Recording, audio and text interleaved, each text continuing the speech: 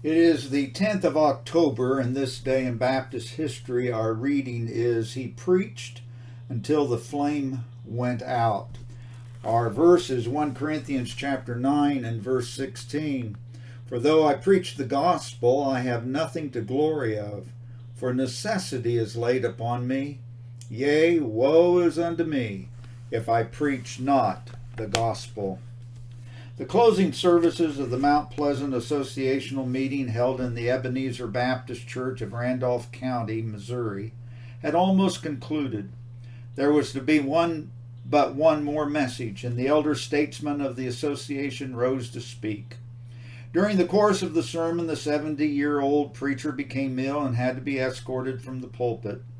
When he seemed to have regained his strength and his condition was not considered serious, he was allowed to ride horseback the 20 miles to his home.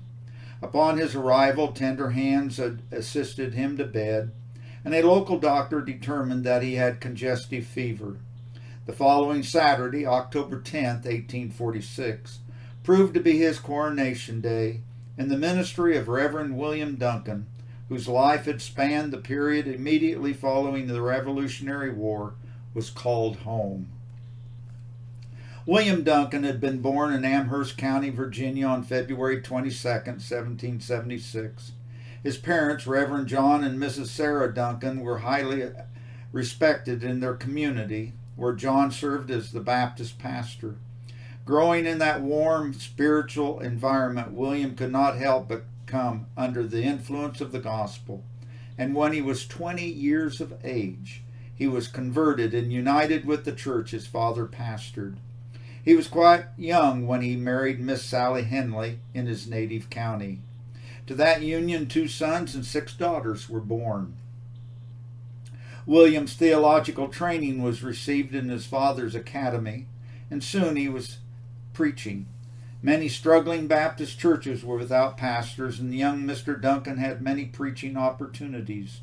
In a short time, the pressing needs of 4 churches came to the fore, and Mr. Duncan assumed the role of pastor for the Ebenezer, Mount Moriah, and Peddler Baptist churches in Amherst County, along with Rockfish Baptist Church in Nelson County. God blessed his tireless efforts, and great numbers of converts were brought into the fold of Christ through the preaching of the man of God. Those churches became numerically the largest churches in the Albemarle Association during that time frame. For approximately 30 years, Reverend Duncan maintained the grueling schedule of serving his 4-church charge. When he was 54 years of age in 1830, the man of God resigned that charge, and desirous of following his children to the West, he and his wife emigrated to Missouri. Suffice it to say, the saints of God in his churches pled with Pastor Duncan not to leave, and even after he was in Missouri, they offered to reward him with the finest farm in their area, with everything to make him comfortable if he would but return to them. He declined that offer, determining to pursue his ministry in Missouri. The Duncans initially settled in Callaway County, Missouri, and there for 8 years Reverend Duncan continued his pastoral labors. In 1838, the Duncans moved on to Howard County, and at the age of 62, the man of God assumed the care of 5 churches. It was in that setting of pastoral ministry they had addressed the associational meeting, delivering the valedictory sermon of his earthly journey. During his years of labor in Missouri, Reverend Duncan traveled over a large portion of the north-central section of the state and was in demand constantly among the churches. Because of the grateful attitude of the various communities toward Reverend Duncan, he was often urged to seek a congregational seat. However, realizing the call of God transcended any call of man, he continually refused to consider involvement in political life. When Spurgeon's son wrote his father of God's call in his life to Christian service, the famed British preacher is reported to have replied in the following words, and I quote, "If God has called you to be a missionary, don't stoop to become a king." End of quote. Perhaps that quotation from Mr. Spurgeon is apocryphal, for the great preacher is reported to have said many things, but Reverend Duncan surely would have concurred with those sentiments.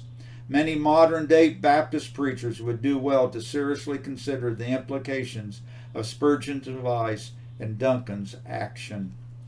The worth of the Reverend William Duncan is indicated by the response to the news of his death in Huntsville, Missouri, where he had been pastor for the last 8 years of his life. The circuit court was in session at the time of the announcement, and upon hearing the news, the judge immediately adjourned the court. In tribute to the memory of the dear man of God, the pulpits in Huntsville and in all the churches in which he had been serving were draped in mourning. Faithful continuance to God's call is a wonderful hallmark upon a life.